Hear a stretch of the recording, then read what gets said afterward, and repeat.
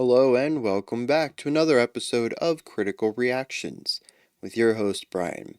We're going to continue on with this week's theme of post-hardcore, exploring music from the genre. Today we're going to be moving on to a 2006 album from Alexisonfire off of their Crisis album. We're looking at This Could Be Anywhere in the World, which is by and far their most popular song on this album. Many of the songs having single-digit million plays, 6 million, 5 million. Boiled Frog says 17, and this track has 51. It's vastly more popular, or at least more played, than anything else. So, let's dive into it and see what Alexisonfire is bringing to the table today.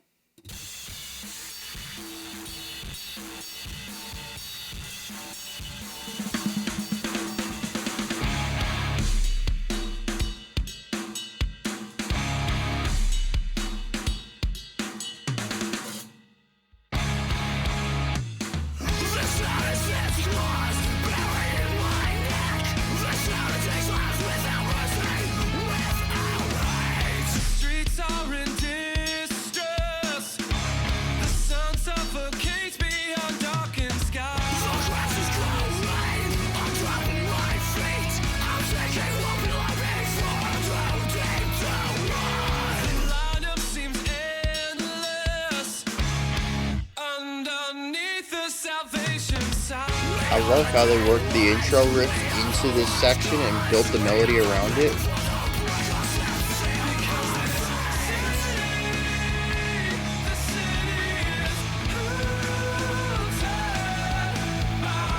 So good.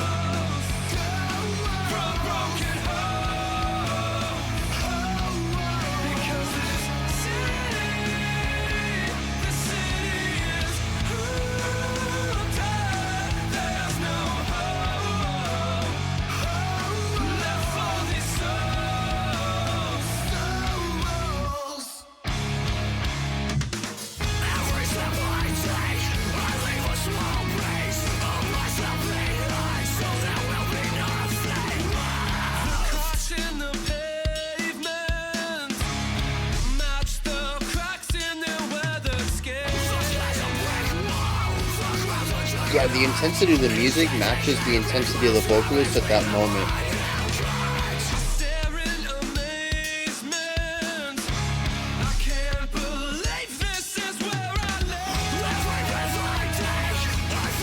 The breath coming into this, I love it.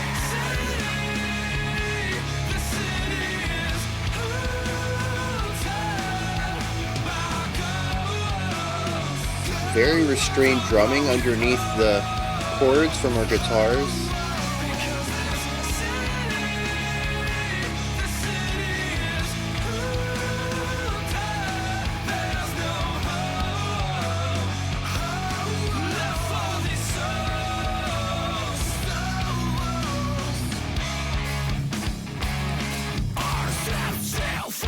Ooh.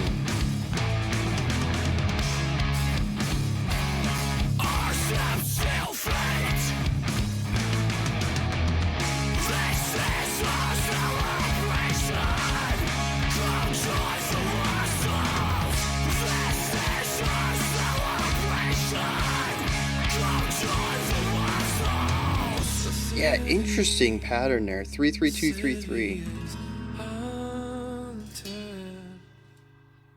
14.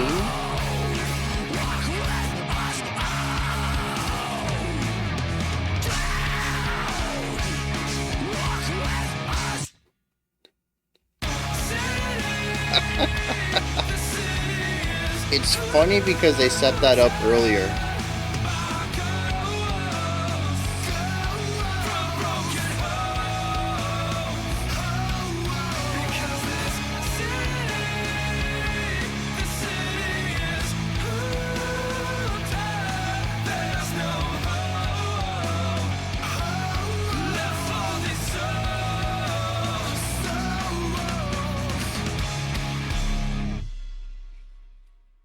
Yeah, that's good stuff. This is a band I was vaguely familiar of around the time. I was certainly listening to this type of music in 2006. The song doesn't sound familiar to me, but it's possible I was played it given how popular of a track it is. I had lots of friends who listened to this band, though I did not.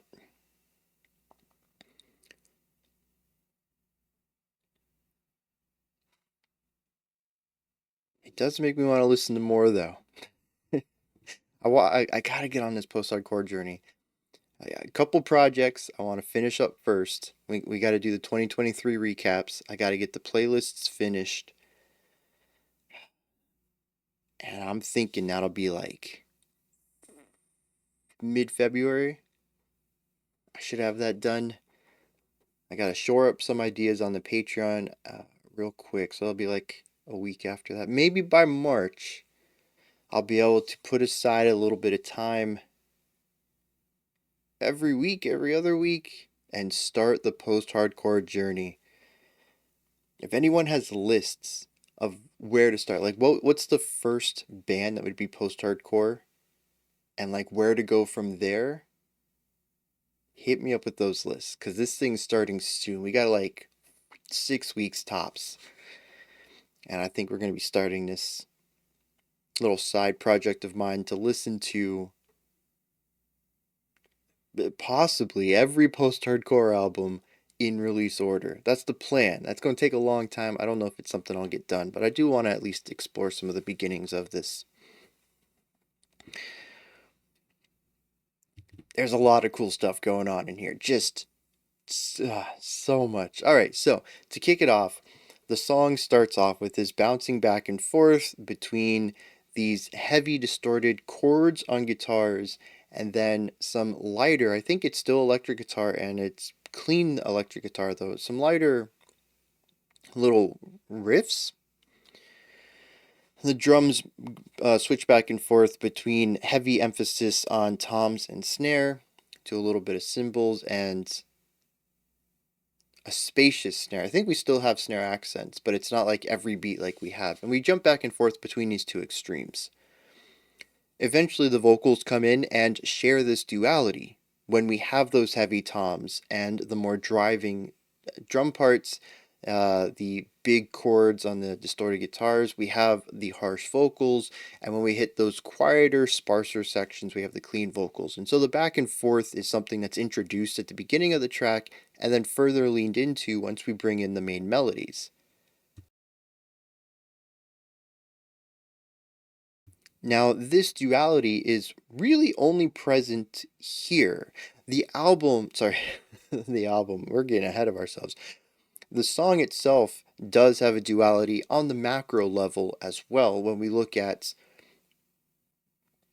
primarily the bridge versus the verse and how the two of them play off, with the chorus acting as a midpoint between the two extremes.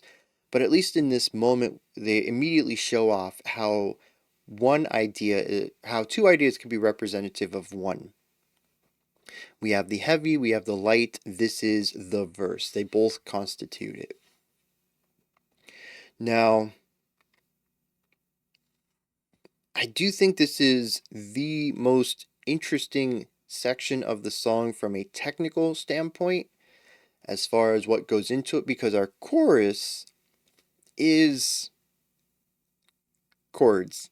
The drums kind of take a step back and go more towards a dotted quarter notes idea, creating a small rhythmic differentiation from what we have in our verse. The guitars and bass are just all chords all the time. We have no melody line coming from them. We have no duality. It's all a singular foundation for the vocals to be put on top of. And of course, we do have two vocalists here. The harsh vocals come in, I think, as one of the cleans. And we get a little bit of back and forth. We have call and response, which we also had in the verse, but we also have harmonization of clean vocals here, and it all comes together just so effortlessly, the way that the two vocalists just dance around each other and support each other, what they're doing.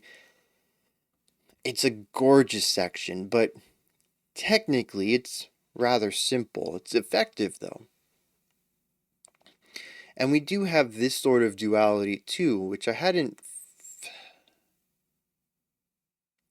Here's something interesting. I hadn't really thought about this because I was like, yeah, the chorus is just that simple part. I don't really need to dig too much into it. But no, it's like it takes the heaviness from our distorted guitar chords that we have in our verse, but brings in the sparser drum section. It also sticks primarily with cleans. It is sort of like a culmination of the two sides in our verse. It is heavier in tone, but laid back in execution and aiming for consonant harmony and pitched singing melodies over a split duality of having harsh vocals and cleans. It sort of brings everything together and explores them simultaneously, the sounds of one with the writing of the other.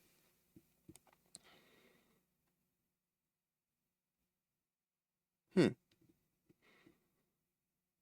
Anyways, I just dig the whole chorus. It just sounds so good to my ears, and I'm sure a lot of that is the vocal stuff, And I wonder, I grew up on, I've told y'all, hair metal. Um, Metallica's Black Album was played a lot when I was younger.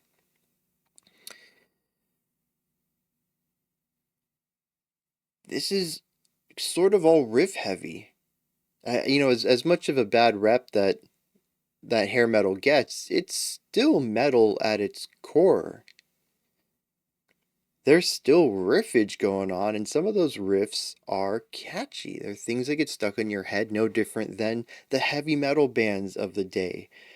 So, I grew up on riff heavy music, that's for sure. But in my teen days, I began to discover more pop oriented music like post hardcore, like stuff like this. I'm curious if that really influenced the way that I listen to music, because it was around this time, I'd been playing trumpet for 7 years by the time this album came out. Being a trumpet player, I often played lead melody lines. I wonder if this is where also kind of leans into that. I began to develop more of this lead melody element. A lot of metalheads are all about the riffs. The vocals are fine. They're a secondary component for a lot of metalheads. If they're atrocious or whatever, you can get past that. If they're good, they're fine. But what a lot of metalheads that I come to understand are really there for the metal, for the guitars, for the heavy riffs, for the solos, for the shred, for the speed. The vocals help. Some metalheads don't like instrumentals anyway, so the vocals definitely help for some people. But I get that they're not as important as the guitar work. And despite sort of growing up on this, I gravitate towards vocal heavy music. I'm sure y'all have picked that up on the two videos we've had for the 2023 recap so far. It's going to be further cemented, I'm sure, on Saturday when we wrap up the best albums from last year. And right here, this chorus is basically nothing from the instruments. It's pure foundation, and I absolutely love it because the vocal bits are so good. And I've talked about this in the past. You give me a mediocre song and you put two or three vocalists on it, and I'm going to fall in love with it. And I'm really curious if between playing the trumpet and, let's be honest, getting given all of the best melody lines and listening to music that had a high emphasis on melody coming from vocalists, oftentimes two vocalists or at least one vocalist harmonizing with themselves, I could easily have developed this specific taste for music at this time during a formative age. Sure, this was also my teenage years because of post hardcore, because of pop emo, because of jazz trumpet. It's all starting to click for me. But yeah, simple but effective chorus, great because of the vocal stuff. Just to reiterate that as we move into our next section, which is the bridge. This was interesting. pure heavy section, kind of going for more of that breakdown feel. We bring back some of the heavy rhythmic stuff from the verse. But the phrasing's weird. From what I could tell, it's 3-3-2-3-3, which is, based on the way that they phrase it, I would count it as an 8-beat phrase followed by a 6-beat phrase, giving us a 14 overall beat phrase, beat idea. Now 14 is not unusual, that's 2 bars of 7. If you're in 7-8 or 7-4, you do 2 bars of that, you get 14. It's not completely irregular. Alternating 3 and 4 is fairly common in prog rock songs as well. That'll give you 14 across 4 bars. Like, it's not unusual that it's 14, but it's unusual that it's divided as asymmetrically as it is. I would probably write this in 7/4 just to keep the consistency of the time signature, but that is not how the section feels, and I'm sure to them, they probably count it out as 8 and 6, or feel it out at least in 8 and 6. And I'm curious how that came about. Is that something that they wanted to inject thematically? We've already looked at sort of the way that duality works in this track. Opposition of sides, looking at different sides of a spectrum. This also creates an unevenness to it. It is 2 sides that are different. It's not split right down the middle. But it could also very well be that they just came up with this cool riff and said, oh, this just happens to feel this way, let's do it. And maybe they didn't even know what kind of time signature they were making music in. You know, when it comes to a lot of rock and metal bands, it's a lot of it is self-taught, kind of going off of feel. They may not know theoretically what kind of music they're making. So, you know, I'm kind of curious if this was intentional for a thematic reason or not. I might have some more opinions about that when we hit the lyrics, but as of right now, it really could go either way, and I don't know which way to read it, but it's an interesting choice, particularly because I don't think it flows very well either in my first listening experience. Of course, the more you listen to it, the more natural it's going to sound as you begin to understand what's going on and you can feel it out. But it is very disjointed compared to all the 4/4 that we have previously that fits together really well. There is a special part to this though, and that's it ends with 2 or 3 beats of silence and then just kicks back into the chorus, which normally I would not be a big fan of. It's very disjointed, it's very rigid. It's just kind of moving from one idea to the next. It's a rough transition and it comes out of nowhere. But the thing is they've set me up for this. And I think that's the part that gets me of why I can let this pass, is because it's subversive based on their own expectations that they've set up. During our verse, we have a section with a similar rhythmic idea. I don't think it's the same one, but it's a similar idea. And you listen to the verse a couple of times through, and I think on like the second repetition, so the third time through it, there's a break. And it's just like 2 beats of silence, and then they come in on beat 3, and then they finish off the idea early. Instead of doing a 4-beat idea, it's only 2, there's only 2 beats left in the bar. I'm like, okay, that's kind of neat, throwing some silence in there. They introduce these couple of beats of silence in the middle of a riff in our bridge as well. I'm like, oh, that's cool. It's a nice callback to the verse. All right. The next time they do it, I'm like, all right, where are we going? You know, let's see how you come out of it this time. And then we don't, though. We don't go back to the bridge. We don't finish it off in a short manner. It's a little longer than the other 2, which is why I think it's 3 beats instead of 2. And then we move into the chorus. See, they've shown me that this is how things work. Not once, but twice a pattern has been formed. The next time I hear silence, I now have expectations of what we're doing. And it was this third time where I have seen a pattern and have created expectations that they have subverted them. It is masterfully done. It doesn't really work on a one time, because the second time it comes around, you're like, are they going to do it like they did? Or are they going to do it some way else? Is this just a technique they like to do? Or are we calling back to this other thing? You haven't really, there isn't a pattern yet. But after 2 times of doing the same thing, a pattern is formed. And I think they specifically understood that. We've told them that this is how it happens, we've set it up again and let them understood it, and now we have changed it fundamentally. It is a really perfect way of enacting this 3-stage subversion of expectations concept. And it's just done so well that, as much as I'm not a big fan of that transition itself, in the context of the song, I couldn't help but laugh because it's so masterfully pulled off. They completely, they had me hook, line, and sinker.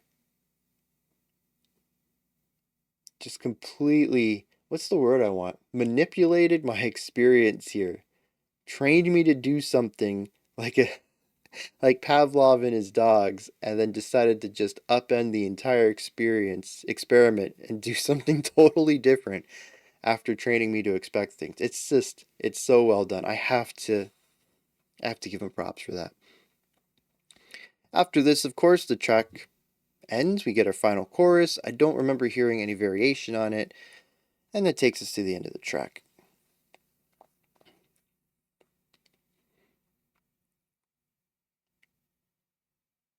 And I think that's about it. I don't really have any more thoughts on this one. Normally here I'd give, emotive thoughts. What was the story I got out of this? But honestly, I don't know. Much like metal, post-hardcore has a sound. I'm not quite sure what that sound is.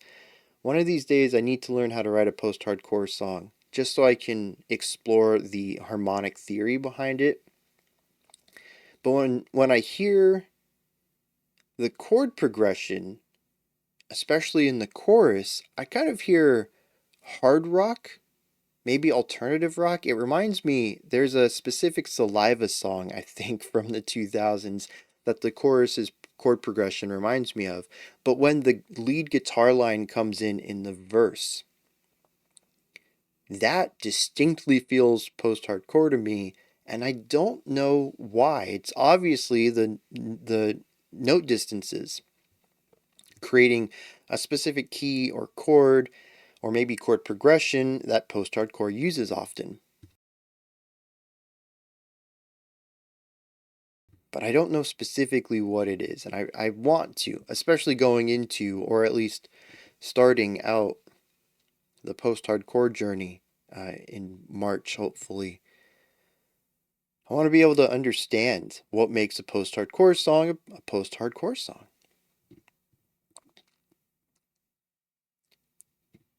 But also, like a lot of metal, post-hardcore tends to have a feeling for me. I can understand that this moves between lighter and heavier, but harmonically, the emotions that speak to me, sort of like metal is just angsty. Metal is just angry to me in a lot of cases. Post-hardcore is just is. It feels like a default state, and I think that coming off of yesterday's conversation, it's just because I'm too close to it. I'm curious if anybody else has an emotional tie to the verse or the chorus, and you could tell me what your feelings are about the atmospheres in those sections. To me, it just feels like home. This is comfort all around. But I don't know if that's. I highly doubt that it's something. That it's a particular element of the song itself, and it's more of what I'm injecting into the sound that I'm quite familiar with. So I don't really have that much of a read on themes or story or emotion of the music itself, because it just feels like music to me. It's something to facilitate and sometimes become what the melody is, having our guitar in the verses but also the vocals. across the entire song. So let me hit some lyrics, see what's going on there, and then we're going to wrap this one up. Alright, so kind of a heavy song lyrically. It's about, well, on the surface, we'll get to the metaphorical level in a second, but on the surface, it's about a haunted city that takes the lives of everyone within it. That's sort of the surface level read on this thing. It says the town has its claws buried in my neck. It takes lives without mercy, without hate. The streets are in distress. The sun suffocates behind darkened skies. The chorus reads, because this city is haunted by ghosts from broken homes. There's no hope left for these souls. Speaks about how the city takes something from him every day. It says, every step I take, I leave a small piece of myself behind. Soon there will be nothing left. The bridge says, our steps seal fate. This is our celebration. Come join the lost souls. Walk with us down, walk with us. But I think on a metaphorical level, it's about a city that just isn't in the greatest of shape. Maybe it doesn't have the funding it needs. Maybe it's riddled with crime. Who knows? It's just, it isn't a city that is there to facilitate the growth of its people. At one point says, the cracks in the pavement match the cracks in their weathered skin.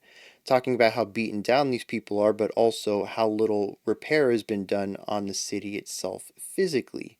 None of the funding is going to repairing the pavement. And if they can't get something as simple as the streets done, what benefit is there to the people? Or what chance of it is the people of seeing any of the funding to help them out? It speaks about endless lines underneath salvation signs, which took me a second to get, and thanks to the annotation, referenced homeless people lining up for Salvation Army aid. Which, for those who don't know, the Salvation Army is a charity organization that helps out homeless people. They do food and clothing and all sorts of stuff. Disaster relief. Talks about being stuck here. Says the sky is a brick wall. It's not an endless, it's not reach for the stars. You're not even getting out of the sky. It's just brick up there. You're going to be halted no matter how far you get. At one point, he says, the grass is growing on top of my feet. I'm sinking in. It won't be too long till I'm too deep to run. Another line that I'm thankful for the annotations, grass is growing on my feet, could indicate that he's been standing so long that nature has begun to grow around him. And the sinking ties into that. The ground is pulling him down in.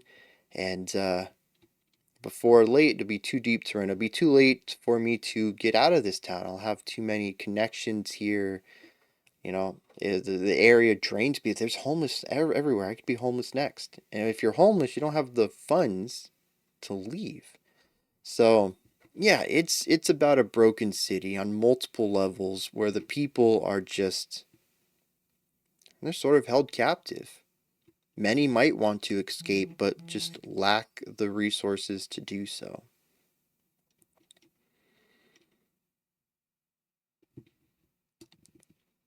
While I was reading this, I was wondering if maybe this was something that they had seen personally, maybe from a hometown.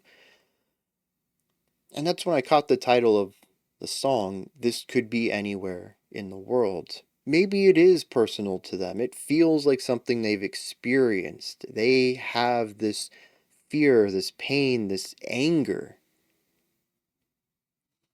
so well delivered through these lines. Dang, that's the second time I've punched this thing. So well delivered through these lines. The metaphors are exceptionally well done. It feels like something they've personally experienced. But they're right. It doesn't matter if it is a specific city to them. It could be anywhere. And I think that's what makes it such a powerful song, and maybe even what's given it such longevity and popularity overall. is that it's easily relatable.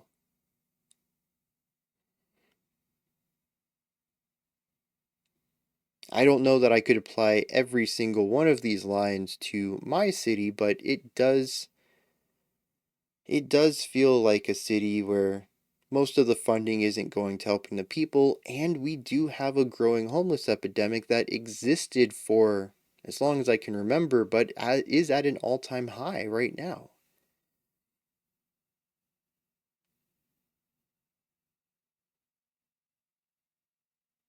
It could be anywhere.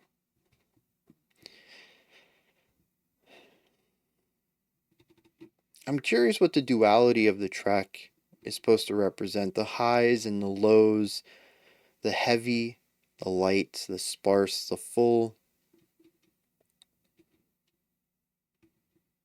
I've been trying to see through these lyrics if there is a duality to this city or this general city. And it doesn't. The lyrics all point towards a one sided element. So I'm going to wager that that's not necessarily a theme that's designed to line up with the lyrics, and instead just a theme that they create for the music itself.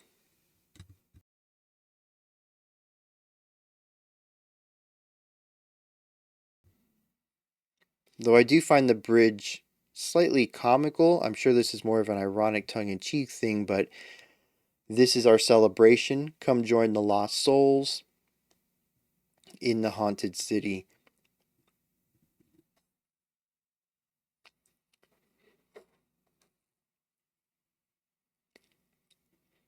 Kind of like that.